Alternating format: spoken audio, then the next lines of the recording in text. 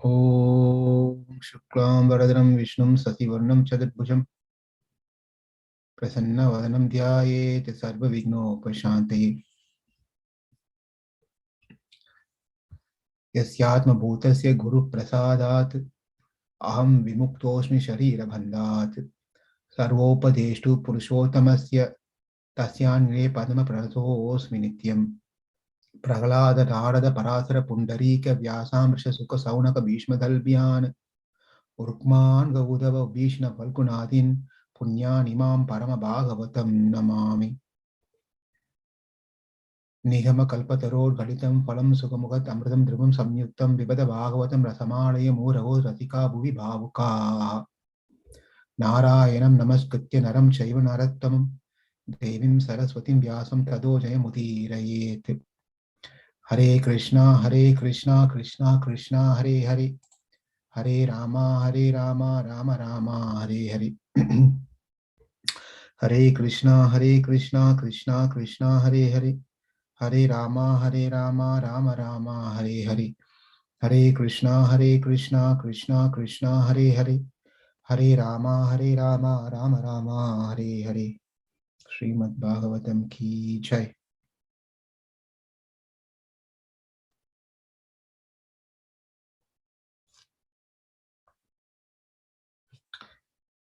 Hare Krishna.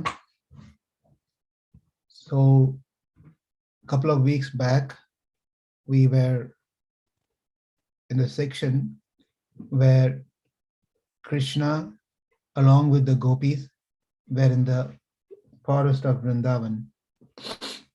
Over there, the gopis were thinking themselves how they were very special and proud about themselves. Krishna disappeared. When Krishna saw that they were quite proud, there was a pride in them. So Krishna disappeared. And all the gopis were in search of Krishna, asking the trees, birds, flowers, mountains, rivers, every single thing in search of Krishna. And they finally found the footprints of Krishna along with another set of footprints. And they could understand that Krishna has gone with his most favorite gopi. And as they're following the footsteps, finally they found Radharani was standing there alone. And she was also feeling the same separation of Krishna that she felt, how special that Krishna left everyone and he was just with her. So Krishna disappeared from her as well. And finally, as they were in great separation of Krishna, searching for Krishna and begging for Krishna to appear back in front of them and being pleased by their desperate wanting of him, Krishna appeared in front of them. And over there, after that, after the reunion, they did the dance, rasa dance. And after that pastime, one day, Nanda Maharaj, along with all the Gopas and the people of Vrindavan, along with Krishna and Balaram, went to a different place to perform a puja. Not Govardhan puja, it's another puja for Lord Shiva. When they went to the temple, they arranged all the necessary paraphernalia and whatever is needed. They carried everything and they did and got ready for performing the puja. And on that day night, they all slept over there. And then some terrible thing happened. That is, while everyone was sleeping, there was a huge serpent, big size, very big size serpent, it came. It's not Kalia. It's not Kalia. So it was a big serpent. It came slithering slowly into the place where they were sleeping, and that snake spotted Nanda Maharaj. And then the snake started swallowing Nanda Maharaj. It's a huge, big python, like anaconda or something like that. It's huge. It started swallowing Nanda Maharaj. And Nanda Maharaj, as he realized that something is happening to him, then he saw that he was just entering into the mouth of this big python. And immediately Nanda Maharaj started screaming, calling Krishna, Krishna. Usually we all know that the children, when they get into the problems, anything, they call out mom, dad, right? But it's just quite surprising here. It's a reverse where the father is calling out. Father is calling out the name of his child to save him. Can you all remember of another story or incident where one father is calling out his son's name at the time of some danger that that came across him? Does anyone remember what's the name of that father? Yes, Samanvi? Ajamila. Fantastic. Very good. Fantastic. And what was the name that he was calling? Anyone else? What was the name Narayana. Narayana. Very good. Now, likewise here, Nanda Maharaj was calling out, Krishna, Krishna, please save. And then as soon as Nanda Maharaj was screaming out of fear, then all the village people who also were joined over there, they all got up and then they started seeing what's happening. And they took a big stick and started hitting that python heavily. But it was really huge. Nothing was stopping the python. Nothing was stopping the python. It was just continuing to swallow Nanda Maharaj. And Nanda Maharaj's feet were going inside, thighs were going inside, and his body was slowly getting into the mouth of the python. That time Krishna was right there and came, and he did nothing but simply put his foot on the body of the python, just placed his foot on his lotus feet on the body of the python. And to everyone's surprise, the python dead. It died. It just died. This python represents the wrong philosophies, the wrong philosophy by which people teach nice people something wrong and completely swallow their true bhakti. Therefore, Krishna comes to defeat and save those people from the wrong philosophies. The wrong philosophies are something which is against what has been told in the Bhagavad Gita, in Bhagavatam, in the scriptures. So there are people who are straightly, they say, Richisa, can you please sit properly? Straight up. Yeah, thank you. Thank you. So the wrong philosophies are people who straightly say that they are not believer of God. They do not believe in the Vedas. Those are the people. And also there are people who are in the name of religion, who do take the Vedas, who do take Bhagavad Gita, but then they give wrong interpretation. They say that everything is illusion. They also say that there are many, many gods. They also say some say that you are God and I am God. So like that, there are different variations of philosophy, and many are there which leads us into a wrong direction. One should be very careful. It just simply not because someone speaks from Bhagavad Gita, they are authentic. It is not simply because someone says a lot of nice, unheard, wonderful stories and wonderful commentaries. It's not necessary they are authentic. We have to be very careful. Anything that which says that we are all God, there is only one Atma, right? And things like that, this is all completely misleading, completely misleading. Therefore, one should be very careful where we hear from, where we hear from. Hmm? So how many Atmas are there? Mahati, do you know how many Atmas are there in total?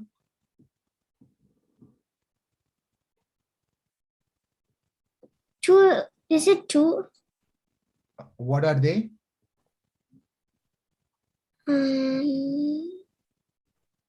You and your brother? Two Atmas?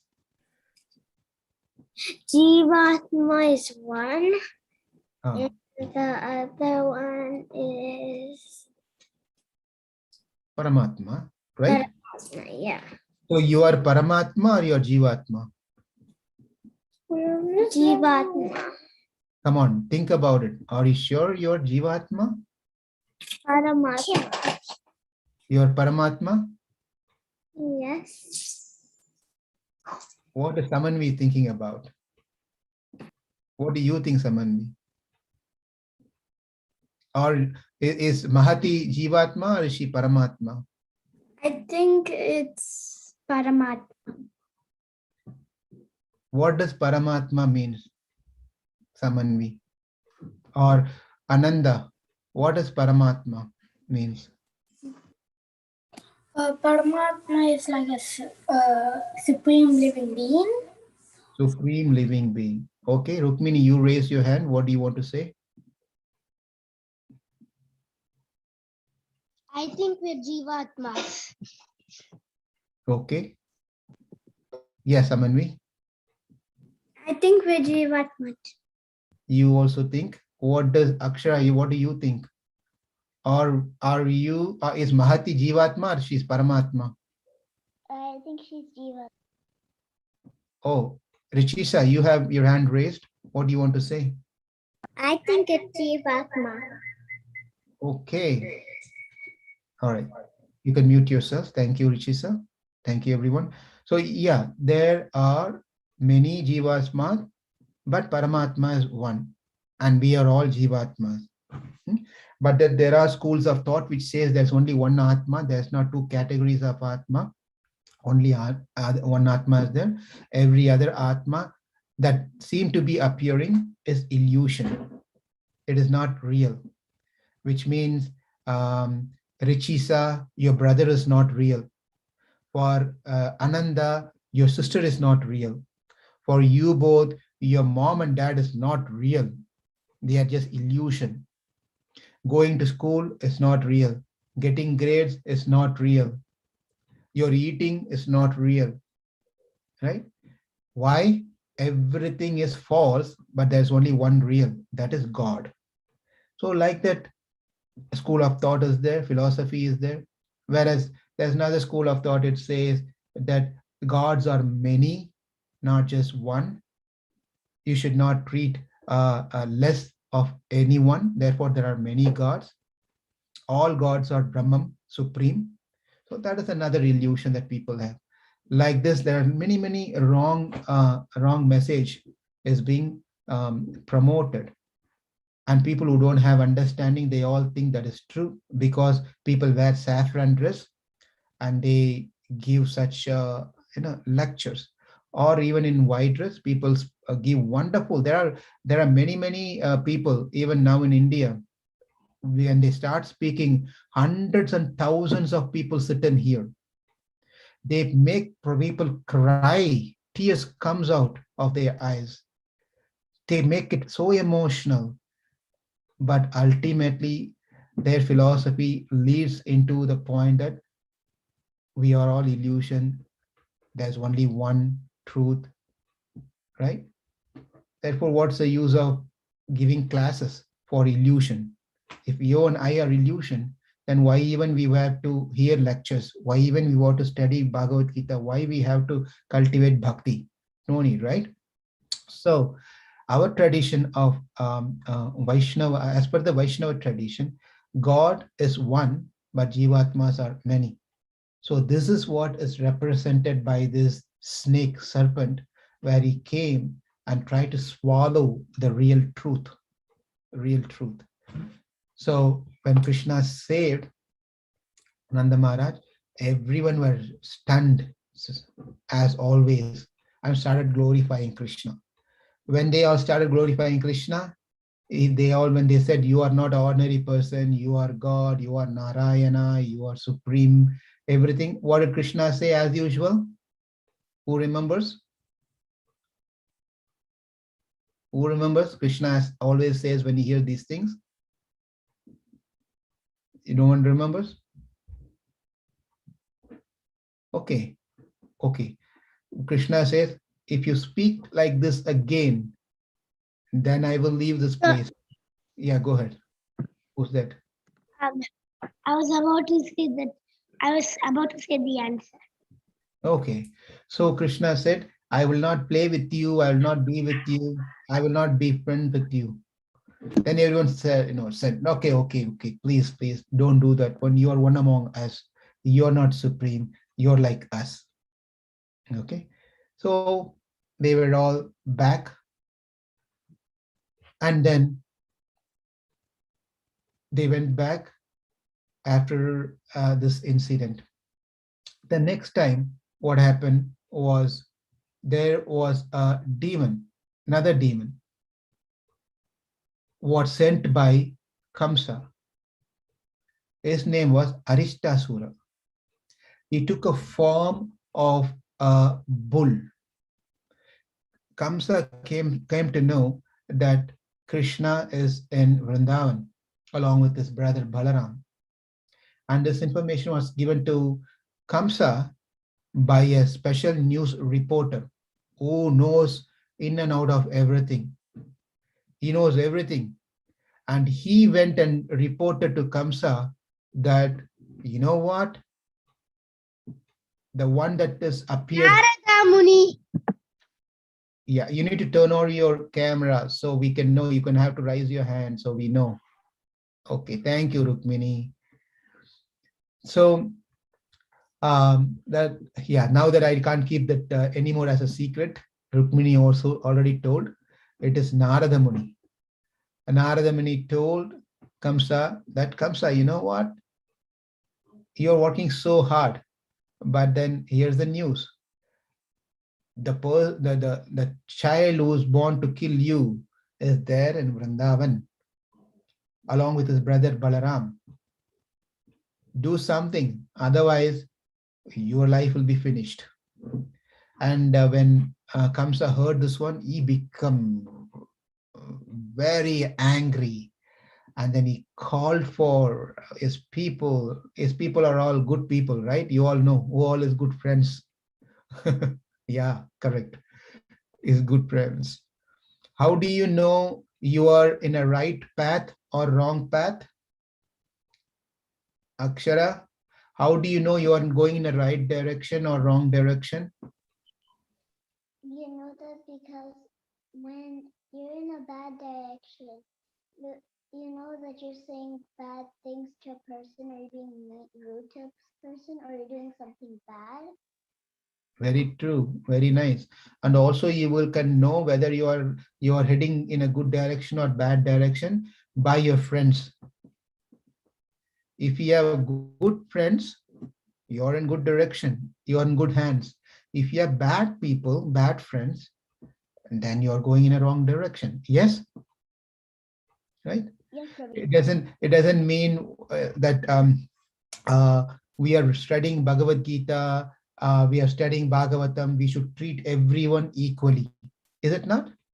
Is it not what Krishna says, that we should not differentiate people? We should treat everyone equally. There's no rich or poor or black or white or any of those things. Everyone should be treated equally. Correct? Yes. Yeah. If everyone has to be treated equally, then why are we talking about good people and bad people? Why should we even talk about that? We should see both equally, correct?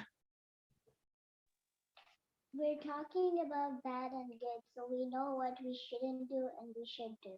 Beautiful. Very good. We are not in a higher stage in our spiritual practices. We are practitioners, right? We are all sadhakas. Therefore, we have to be very, very, very extra careful who our friends are. Right? We are all growing. We are still young. We may be looking old. We may be 50, 60, 70, whatever age may be. But still, we have to be very careful who our friends are. If we don't have good people around us, it's quite dangerous to have bad people around us. Therefore, Kamsa is a very good example. All his good friends, thick and thin friends, are all asuras, every kinds of asuras. When the Gopas, Nanda Maharaj, Gopis, they all get into problem, whom they call out? What's the name that they call out? Louder, everyone unmute and tell loudly. Krishna! Krishna! Yeah, Krishna! yeah, yeah. When the devotees are in problem, when the yeah, you can unmute now. You all can unmute now, please. Thank you. So when the Vrindavan Vasis are in problem, they call out the name of Krishna. And then when Kamsa was in problem, do you know what he calls out? Whose names? Yeah, Rukmini? His demon friend's name. Yeah. Samanvi, you want to say something? I had the same idea, Prabhuji. Yeah, so he calls out what? Aristasura, Kesi, Putana, Aggasura, right? All the different suras name. That's how he calls out for help. So he calls out all the different demons, and then they come to help and save Kamsa. But what happens to those demons? They will never, Kamsa will never see them ever again because they're dead there. Well, very well said, Rukmini. Kamsa will never see his friends back again, whoever goes to Vrindavan. They are done. Bye-bye for good, right? Yeah. So whenever we take help, we take help from Krishna and Krishna's devotees. Right? Otherwise, we won't be saved. We won't be saved. Therefore, the Kamsa called for his friend Aristasura, and Aristasura he was in the form of a bull. He was in the form of a bull. You all know what bull means, right? Don't be bully. Exactly, Akshara, you're doing very nicely. So he was in the form of a bull, and he just came charging towards Krishna. He came to Vrindavan, and he was not an ordinary bull that you see in some zoos, and I don't know zoos in any of these farms or places, right? He's not an ordinary bull. You may be thinking the bull that you saw in any of the farms are huge in size, but this Aristasura is really, really, really, really huge, humongous, very huge. Yeah, go ahead, Akshara. I watched this story and he's even bigger than the tree.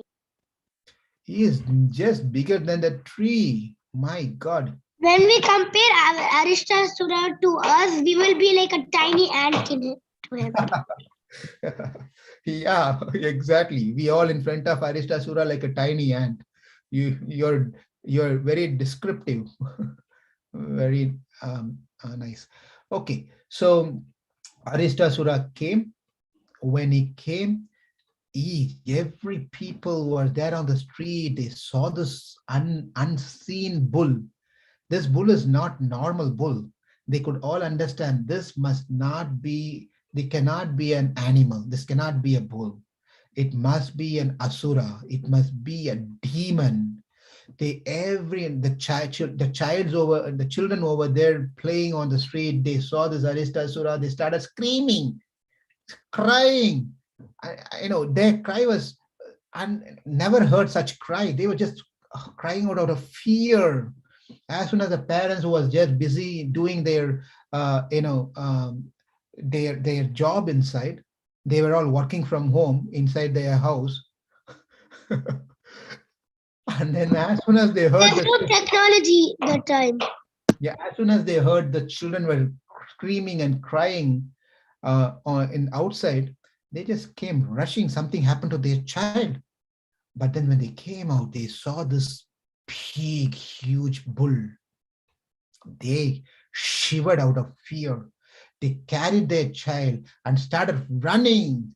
They left their laptop, they left their cell phone, they left their wallet, they left their everything, right? They started wrong book, yeah. They started running. Meher is not here. Otherwise, he would just say, nodding his head, no, no, no, no, wrong book, right? So he just started running hither and thither, every places. They don't know what to do. Again, they started screaming the name of Krishna. Krishna, Krishna. And then Krishna, yeah. And then Krishna came here and came there over there. And there was this, as soon as the demon Aristasura saw Krishna, he became very happy because he found the child that he needs to finish. He just started making all sort of sounds, and the heavy stream, the heavy hot air, stream of air coming out of his nose and ears, everything was just like that. Happens when we are so angry sometimes. Yeah, very. When you all get angry, have you ever touched your ears? No. When I'm kind of like annoyed, I just like block my ears like this, not to hear their words. No, but then when you really, really, really get angry and just feel, touch your ear and see, it will be a little hot. It depends on how angry you are. It may get really hot. Right? You bring a glass, or bring a little bit of a cotton ball and close to your ears, it may get even burnt. That means you're really, really angry. And then take the cotton ball close to under your nose, and then the heavy breathe that in your air that comes out of your nose, it may even blow off, burn the cotton ball. That means that person is really, really, really angry, right? So that means what? Be careful. When you get angry, touch your ears and say, oh, it's really hot. I should control my anger. I'm breathing heavy. I should control myself, right? Like this, the Aristasura was really angry, right? And Krishna, how was Krishna? Always smiling and always happy. Always smiling and happy. But then he also gets angry. Krishna also gets angry. When does Krishna get angry? When devotees are like get harmed. When devotees are armed, when devotees are disturbed, then Krishna gets angry at that point of time. When Krishna gets angry, Mahati, when Krishna gets anger, does he also have hot ears with streaming things coming out of his ears and nose like that? No, Prabhuji. No? But how does hold on. I'm talking to one second. I'm talking to Mahati. So Mahati, how does his anger look like? It looks happy. It looks kind of happy. Yeah. Can you show your anger with happiness? Call your brother next to you and you're going to show your anger to him, but happily. Can you show that? Can happiness and anger, not anger, sorry, happiness and anger go hand in hand? Can they go together? Can you show your happiness with anger and anger with happiness, Mahati? I cannot do that. No. Akit, therefore, only Krishna can do all these things. Krishna only do these things. Yes, Akshara, yes. He can also get, when he was little, in Damodar Lila, he also got angry when his mother didn't give him butter. See, you remember that nice pastime. Very nice. Very nice. So this is how we should all meditate on Krishna. When we say something, immediately we should remember something else related to Krishna, right? Like you did now, right now. Yeah, Rukmini, you want to say something? Yeah, I wanted to say that Krishna looks beautiful, still beautiful when he's angry. You made a nice point. When we get angry, it's horrible to see our face, right? Our faces goes in all different direction. Our hairs goes off. Maybe our eyes turn red. Eyes turned red. All sort of crazy. You cannot even imagine when we get angry how the anger is. No one likes to see and take a picture of our angry face and hang it on our desk and keep looking. Oh, how beautiful he is, how nice his eyes are, oh my god, how nicely he's angry. No one says that. Right? But when Krishna, whether he's angry or whether he's not, he's always beautiful. He's always beautiful. So but Krishna also gets angry when his devotees are get disturbed. Therefore, Krishna, without any effort, easily killed Aristasura. He just simply, without any effort, he just killed Aristasura. This Aristasura was one of the disciple of Brihaspati in his previous life. He was a Brahmana. He was born in a high-class family as a Brahmana. But just because we are born in a high-caste family does not mean that our moksha is guaranteed. Did he get a curse, Prabhuji? Yeah, wait. So it's not guaranteed that one will get moksha, right? In this case, this Brahmana boy who was a disciple of Brihaspati, he was sitting in front of his guru, extending his feet facing his guru. What does it mean? When you show your foot to someone, what does it mean, Ananda? Ananda. It's disrespect. It's disrespect. Disrespect. It's a disrespect. One should never show their foot to someone. One should not show their back to someone. All this are disrespecting the other person, right? Therefore, when you're sitting in front of, especially with the elders, you should sit properly in a proper pose, right? How do you sit? You should sit straight, right?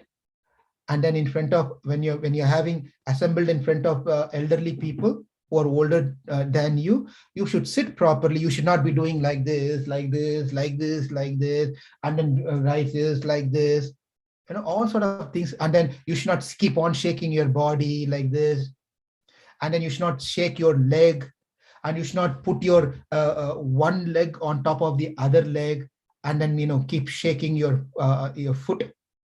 None of those things should be done. Your feet should be at the ground, and your body should be straight, and you should not be making any sort of things like this and like that. But then that is the respect that we show to others. Yeah, go ahead, Akshara. Also, you should never be slouched. Your back should always be straight. Your back should always be straight, right? Or you are sitting straight, your back's erect, straight.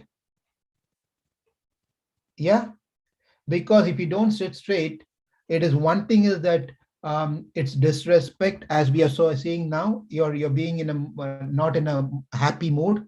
You are in a very lazy mood. If you're sitting like this, look at me now. Okay, I you can't see my whole body, but look at, but you hope you can understand now. Hare Krishna. Aristasura was killed by Krishna. Then what happened? Uh, uh, Aristasura, how do you feel about it? What do you think about it when someone Kind of makes us laugh. it makes you laugh? And Wait, does it? it's Yeah, it makes you when it makes you laugh. But then if say just imagine I'm telling a story like this. Uh, Aristasura, will you be happy to come back again next Saturday to the Bhagavatam class? You only I will be giving class to myself. No one will be here, right? It's such a boring. Maybe this Prabhu is mode of ignorance. He is in Tamoguna, right? Yeah. So if you don't sit straight, also, what happens is that your spinal cord, Dr. Ashok Prabhu is not here. Otherwise, he could explain to you very well about what I'm saying with little bit what I know. When your body is not straight, when you sit like this, over the period of the time, what happens is you develop that curve in the back. When the spine is not straight, it is curved like this, then all sort of body problems will come and we won't be able to function properly in long run. Therefore, as your children, try to sit straight. Always try to sit straight. Do not try to be comfortably seated on any sort of couch, or just sit in a wooden chair. If you have a wooden chair, sit on a wooden chair, or any solid chair or place. Sit on that straight and sit for 1 hour. Itself an yoga asana. It is an asana. Sitting straight for some time itself helps you. And by doing so, you are going to be healthy and you are going to function actively for long years to come. Okay. So please, simple things, practice simple things like this, right? As you're doing. Yes, Akshara, you had a question or you want to share something? I wanted to have a question. Yeah. But when Aristasura comes in Vrindavan, or are they just like, are the boys playing outside, or are they like in the village, like where the house is, like they're playing over here and then the house is right over here, or are they in the field where they play? I think you watched Krishna, that Krishna Aristasura, Krishna killing Aristasura cartoon, I right? watched that too. Yeah. It was good. Some of the things I add in between are just to make the story interesting. Okay. Some of the thing, there is nothing wrong in adding some flavors to the story as long as the essence is not changed. So sometime I do that one. So sometime you may not find some of these things as it is appears in the Bhagavatam. But again, there's nothing wrong in doing those things to as that is allowed in telling the stories. So whatever, for example, I said the parents were inside the house working from home. They left a laptop. You don't find any of those things in Bhagavatam. Laptops and cell phones and working from home, none of those things will come in Bhagavatam slokas. But we just make it just to make it interesting. That's all. You understand, right? And Yeah, that So part was really funny. so yeah, so the Aristasura was coming into the village when all the people were really scared. They just ran here and there, and they called out for Krishna's help, right? Okay. Okay. So after, by the way, let me finish that. So when when the disciple was sitting, showing his foot in front of his guru, the guru became very angry now because he didn't learn the manners how to sit. how to sit. Sometimes nowadays we see in when I was going to college, university, I did all my schooling in India, and when I for my masters, I went to abroad. I went to Melbourne, and it was a shocking thing for me when I was sitting in my class. There were many others elders to me who were doing part-time study, and they were also sitting in next to me. But then they were having their leg, one of the leg, on top of the table, right? And they had a coke right next to it, and the teacher was giving the lecture, and they were just putting the leg on the top, and then drinking the coke and listening to the lecture. Lecture means not Bhagavatam lecture, it's a academic lecture, right? The teacher was giving. Teacher did not mind it, the student did not mind it. He was just doing. It was nothing surprising for them. It was natural for them to do things like this. But I was in a shock. I was in a shock. How can someone behave like this in front of the teacher? I was literally shocked. But then over the period of the time, I understood that this is the culture. This is the culture. So no one get offended. But as per normal common sense, we should understand when the teacher is there, and the student should be in a proper manner. The body language should be proper. How we address the teacher is important. If we don't do any of those things, the jnana, the knowledge that the teacher gives us, is not going to help us. It's not going to sustain with us. And moreover, God is not going to be pleased by our misbehaviors. Therefore, as you're growing now, please understand that show proper respect to the teacher. The teacher could be your Bhagavad Gita teacher. The teacher could be your school academic teacher. The teacher could be your dance teacher, Sangeetam teacher. Every one of them are teachers. We are learning from them. Anyone who teaches us, they are our guru. Anyone who teaches us good things, they are all our gurus. So we have to show a proper respect to gurus. Right? You all agree? Thumbs up. So from now onwards, you need to make sure how you present yourself, how you behave yourself, how you talk to your gurus, your teachers. Everything matters. Now you have to start practicing these things. You must be doing already these things, but I just want to make sure I emphasize it is the importance of showing proper respect to the teachers. Okay.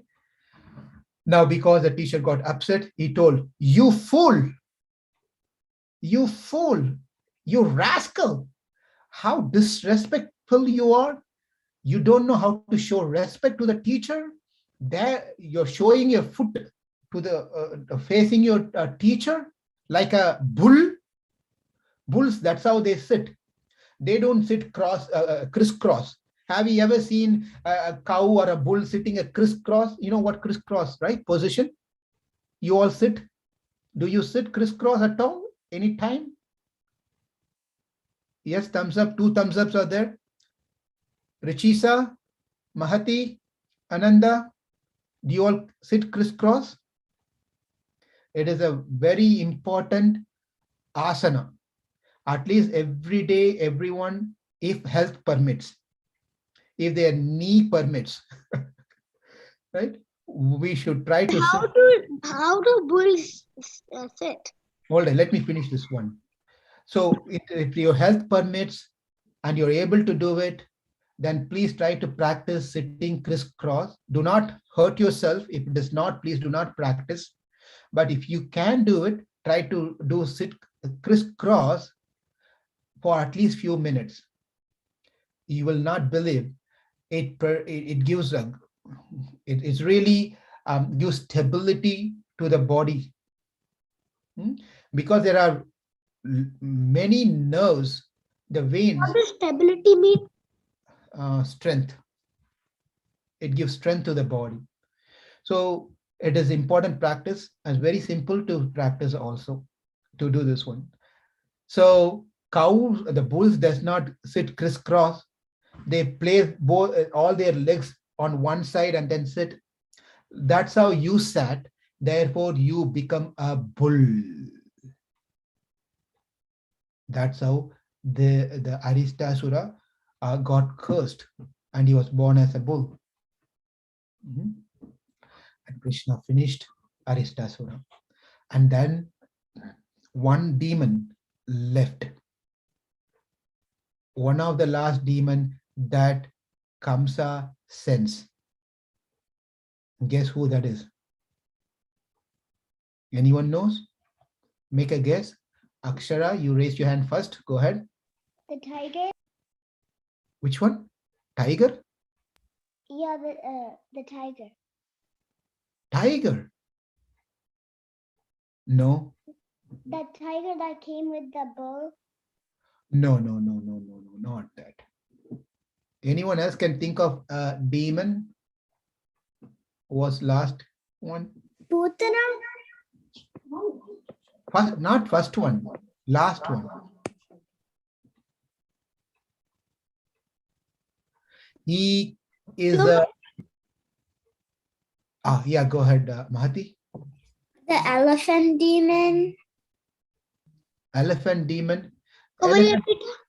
No. But Krishna is still in Vrindavan. He didn't go to Mathura yet. He's going to go pretty soon. He'll go soon to Mathura to kill Mushtika, Chanura, Kuvalaya. Yeah, oh, I see you. Samanvi, go ahead. Was it the bat demon, Prabhuji? Bad demon? No. He was, okay, I'll give you a clue. He was in the form of an, now you're all going to scream. I know that. Now he was in the form of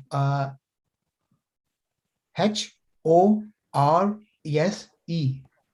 Casey. Casey. Someone we went first. That's why I didn't want to take horse. I want you to take some processing time for you all to get the letters together, right? So Samani was first. Casey. Krishna name is Keshava, right? Keshava. One of the explanation is given because Krishna killed the demon Kesi. But that does not mean that Krishna did not have this name before killing the Keshi demon. Even before he was Keshava, after also he was Keshava. Keshi demon. And he just came. You know, when the horse, have you all gone in St. Louis? Those who are in St. Louis or those who are in other places, New Jersey, wherever you are, have you seen horse? I'm not talking about a pony, a small horse. Have you seen the horses in the race? No? Have you seen the horse where people ride on the horse? Yes? Yeah. Are those the Keshi was the horse which was like a very big horse. It was bigger than the horses we have now. Exactly. That's what I'm trying to tell here. He was a huge horse. He was really huge horse. And you can see some nice painting. Same. I think we will, when we compare us to that Casey, I think will be like ants. Yeah. What is that you want to say, Akshara? If you compare a horse, like the horse we have now and Keshi, the Keshi would be almost like the mother of the actual horse we have now. That's how big Keshi is. That's big. That's huge, Casey. Right. Yeah. So yeah. So Casey is like the Clydesdale horse if you're here in St. Louis. You know the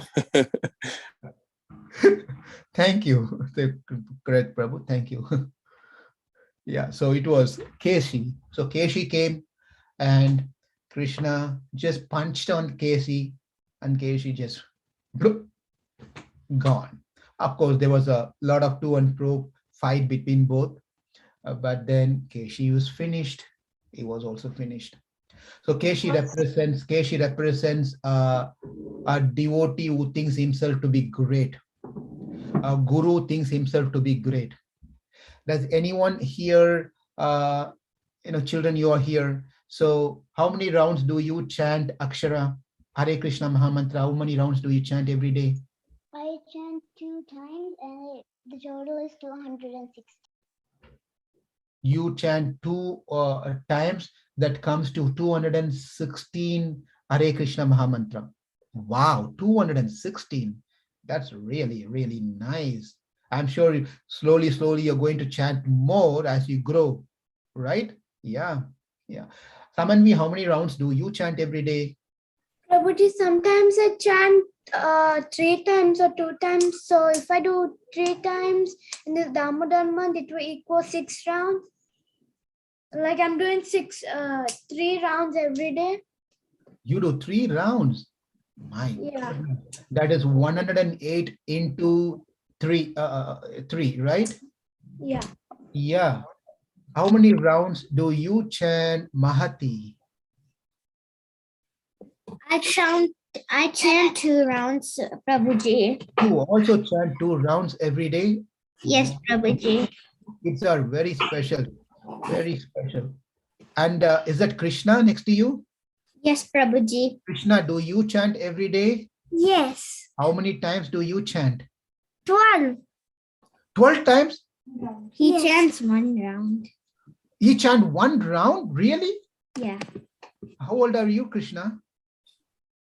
5, but I'm still faster than my sister. You really chant faster than your chit sister. Yeah, but I'm saying that I'm faster than her at running. Oh my God. Wow. I can even beat her in a race. You can even beat her in a race. You can beat her in chanting. You can beat her in everything, and don't beat her physically. Okay, please. Yeah. Spare her, at least. Okay, Ananta, how many rounds do you chant? I chant 1 round. You chant 1 round. Wonderful, very good. Rukmini, how many rounds do you chant? I chant 4 rounds, but for Damodar month, now I'm chanting 5. Wonderful, Rukmini. That's really nice. 4 and 5 rounds. Rechisa, how many rounds do you chant? I chant 1 round. You also chant 1 round, which is very good. That means 108 times you're chanting Krishna's name. Hare Krishna Mahamantra. Wonderful. So now among yourself, I'm going to pick Rukmini here.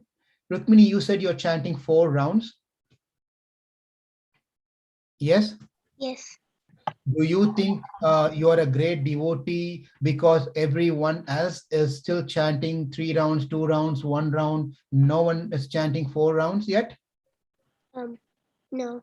Did you get that feeling at all when you heard this one? Before I called your name, when you heard Akshara saying, I chant 2 rounds, Samanvi says, I chant this many rounds, and others saying, you were feeling that, did you feel that, did you ever felt during this time that, when is he going to call my name? So I can tell I am chanting 4 rounds. Kind of. Kind of?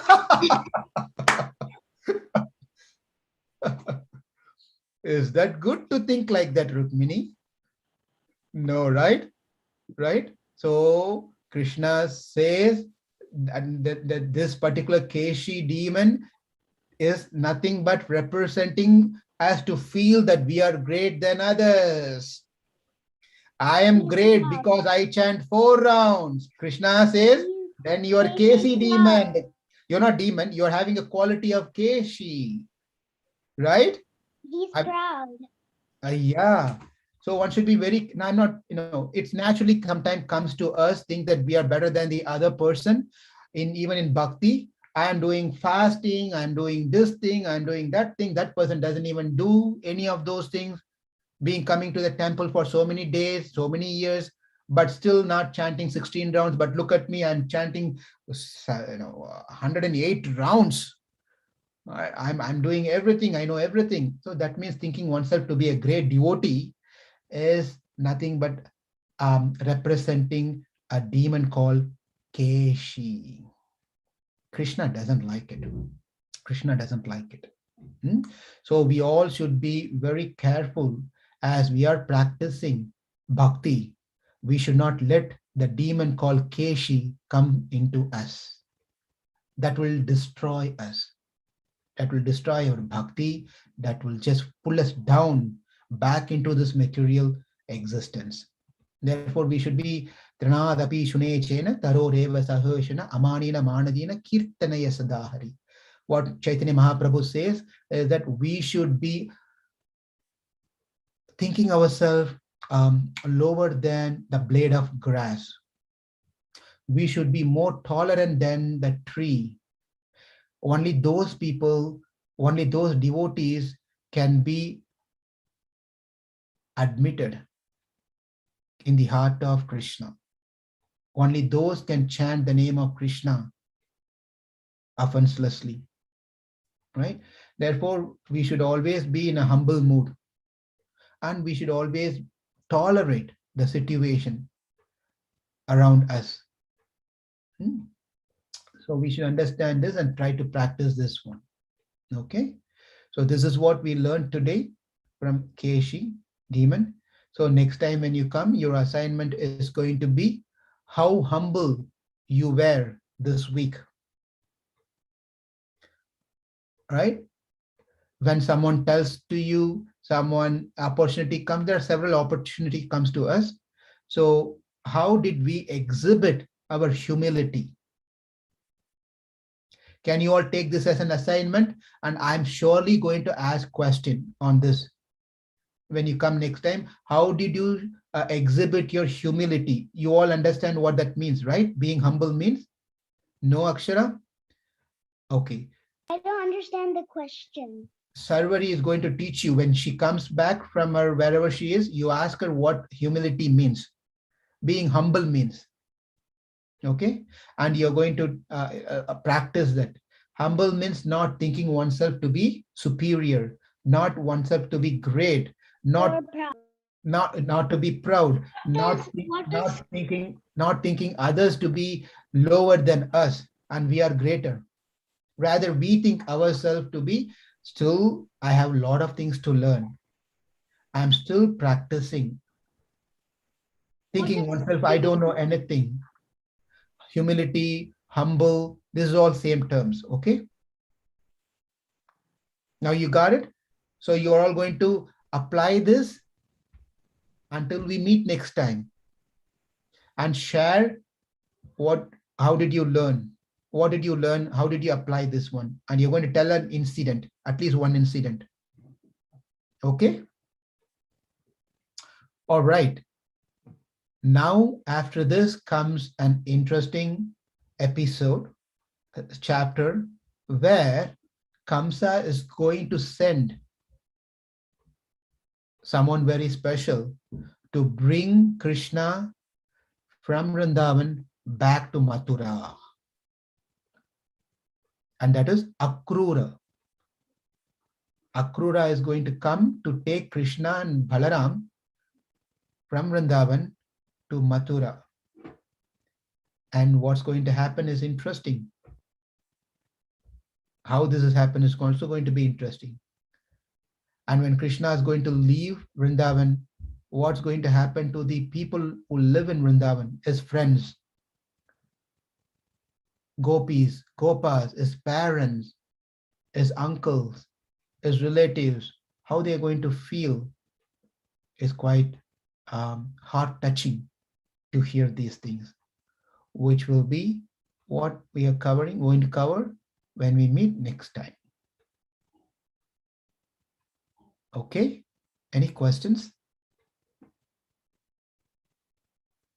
Any discussions? Any thoughts?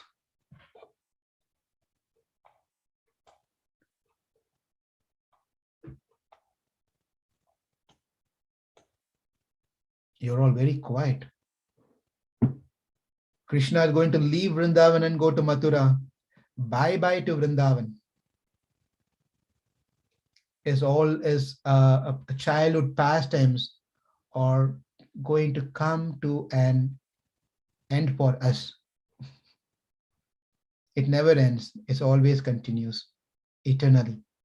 But for us, as per the story goes, Krishna is going to move from Vrindavan to Mathura.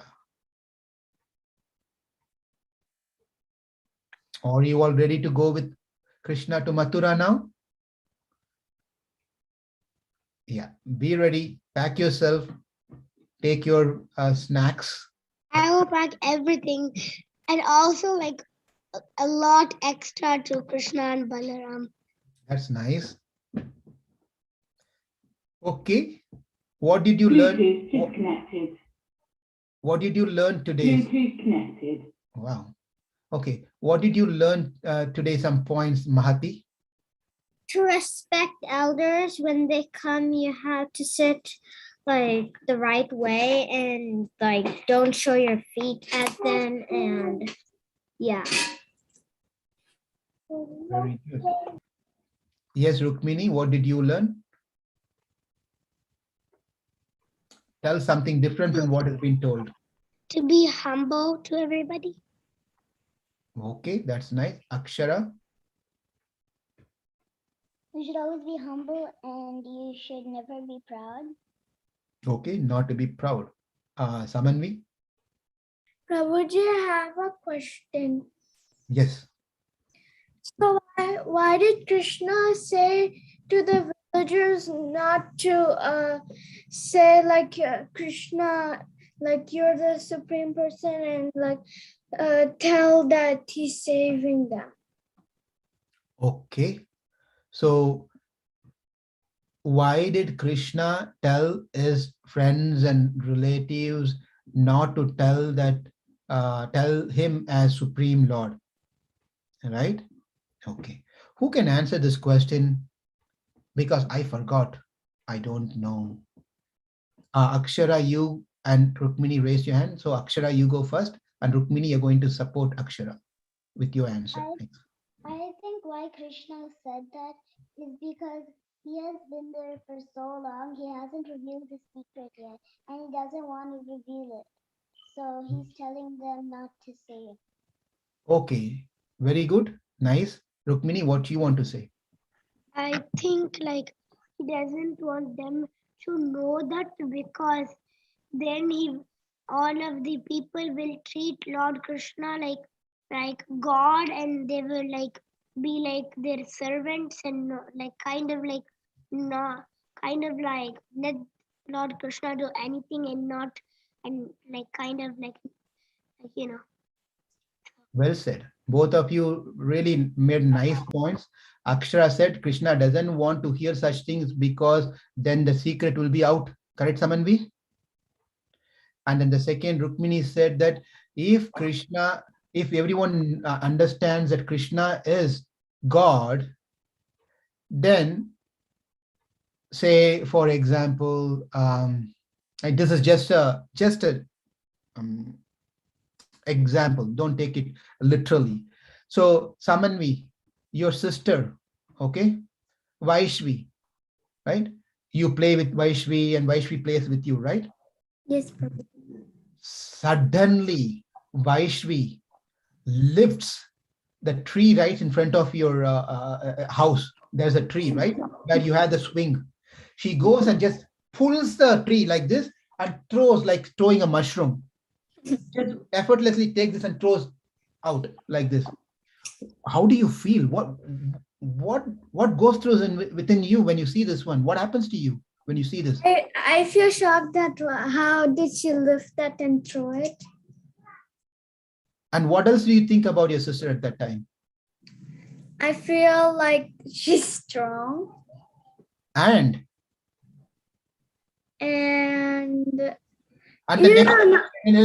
just imagine, next time she comes and your father is having some, his car broke down, right? He's not able to move the car, right? Fingers crossed, nothing happens like that. But, your car, when your sister comes, Vaishvi comes there, he tells your father to move aside and then just drags the car like this and leaves over there. Just with one hand, just does like this. What do you feel now? What do you think now about your sister? I think that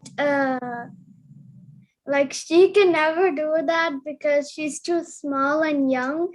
And I feel shocked because people cannot, even though if the car broke down, you cannot move it. So I could feel shocked, and it cannot happen. So Now here's the last. Here's the last one. Okay, you're searching for your sister. You couldn't find her in the house. Then you remember she went to the basement. Okay, now you go to the basement. To your surprise, you see Indra, Brahma, Agni, Yama, everyone bowing down to your sister. You are Paramatma, you are God. Ishvara, Parama Krishna, Sachidananda Vigna, Anadiradir, Sarvakarana Karanam. Right? They're doing all sort of prayer to your sister. Now what happens to you, Samanvi? I feel shocked and I don't know what's happening there. Prabhuji, Yeah, Rukmini. if I was with Vaishvi, I would think that Vaishvi is not an ordinary girl. She is not an ordinary girl. And then after that event, would you like to mess up with your sister any further? No. Babaji, Yeah. if I were Vaishvi's sister, I would faint. Say that again. If I were Vaishvi's sister, I would faint. You will faint. Yeah, you will faint. I will faint too. I may not even get up. I'm gone. Right? So you will not mess up with your sister and you will start treating your sister. How do you start treating your sister, Samanvi, after that incident? Do you say, hey, Vaishvi, get out of here? Do you say like that? Or Vaishvi, you are Mahan, you are great, you are the Paramatma within me and within everyone. Would you please don't do that to me again? Would you talk like that? No. Yeah, you would. You would talk like that with great respect, right? Yeah. Great respect. Will Vaishvi like that if you do that? No. She won't like it, right? She wants you to be her sister, correct? Yeah. Right? Play with her, fight with her, and do all sort of eat with her, right? That is what is going to make her happy, you happy. Therefore, Krishna doesn't want the Gopas and Gopis and all the people of Vrindavan to call him as Supreme God. He doesn't like that. He wants to have that relationship as friends, as father, as mother, right? Parents. He wants to continue that relationship. That is what Krishna was looking for. That's why he said, do not call me as God. If you call me, I will drop this mountain that I'm carrying. I will not help you, right? Okay, very good. Anyone else have any comments?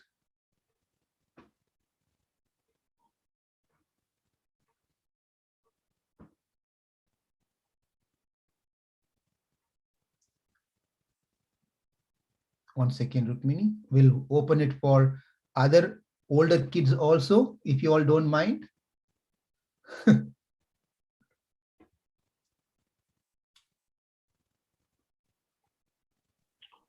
Prabhuji, may I please ask a question? Yes, please. Akrura, is there a mandir in India named after Akrura? I believe he has or there's a ghat, a bathing ghat in Vrindavana named after him. Yes. Thank you. So in Vrindavan, there are ghat, different places. Either a place by itself, there'll be a pond. There are different spots there where these different pastimes happens. Likewise, there is a ghat where this pastime that we are going to see in next session classes, where we'll talk about that one also. There's a place, but it's not mandir. But in Vrindavan, every step is very special. Every place is very special because Krishna's lotus feet has been placed all over the places. So every place has some story behind it.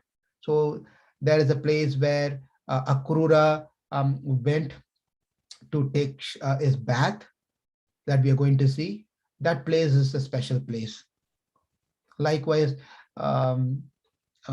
every pastime that Krishna performed is there in Vrindavan, and that place is all special as temple, as temple, which can be worshipped as temple. Just the place itself. Did I answer your question? Yes, great. Thank you. Thank you very We'll get much. into that. Yeah, we'll talk more details about that later. Okay.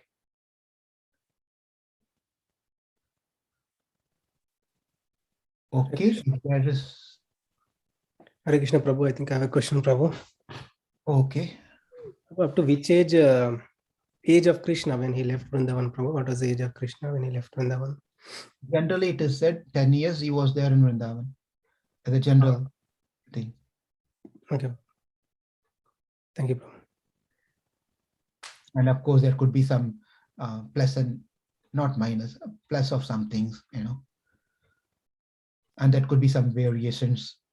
But in general, it is said 10 years. Okay, Prabhu. Thank you, Prabhu. Prabhu, as a follow-up question to Ravi, can you please tell us how old was Krishna? How did he live? How many years did Krishna live?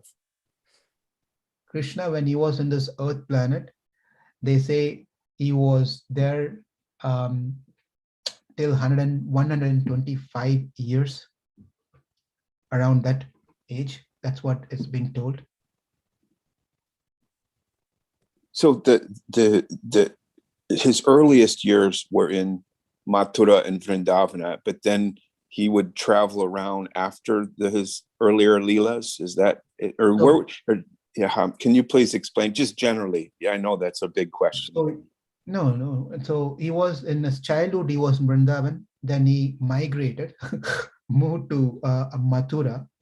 And then after Mathura, when he got settling down, married and things, he was in Dwaraka. So these are the three places where he performed his pastimes: Vrindavan, Mathura, and Dwaraka. Those three places. And he Thank you. often visits one important place, which is Hastinapur. Very often he goes there to meet the Pandavas. And then, of course, he went to Kurukshetra also. That's where the battle happened. But these are the three places: Vrindavan, Mathura, and Dwaraka. Okay. All right. It's 12 o'clock. Now, Rukmini, you have to say something. Yeah, I have a comment. Please. I like the whole class. Thank you. Diksha is missing today. Okay. Oh, Vaishvi. Hello, Hare Krishna. Hare Krishna. Hare Krishna. Vaishvi, are you God? You're not? No. You are a devotee of God, right? You're a devotee of Krishna, correct? Yes. Do you also chant Hare Krishna Mahamantra every day? Yes, Prabhuji. When we after she is done taking her bath, she comes to the Krishna room and she chants about 5 or 4 times. Wow, that's really nice, isn't it? Really nice. Very good. Okay, so we can end our class today. Next week, just an information announcement. Next Saturday, over here in St. Louis, we are planning to do Govardhan Puja. So we will be busy with Govardhan Puja on that day. Therefore, I apologize again that we will not have class next Saturday. We'll meet again after next week, 2 weeks from now. So, but do please stay connected here to Bhagavad Gita every day that's been posted. And if you have not, if you missed any of the Bhagavatam, please catch up. Everything is available on the internet now. So please do that. Wish you all a happy Kartik month that's going on now. which is an accelerator for our bhakti. Whatever you do, it's just gives a lot of spiritual benefit. So please make use of this month, Kartik month, and chant Damodar mantra, Damodar Ashtakam prayers every day. And you can light a ghee lamp to Krishna, baby Krishna, who's been tied by Mother Yashoda. Okay, thank you all very much.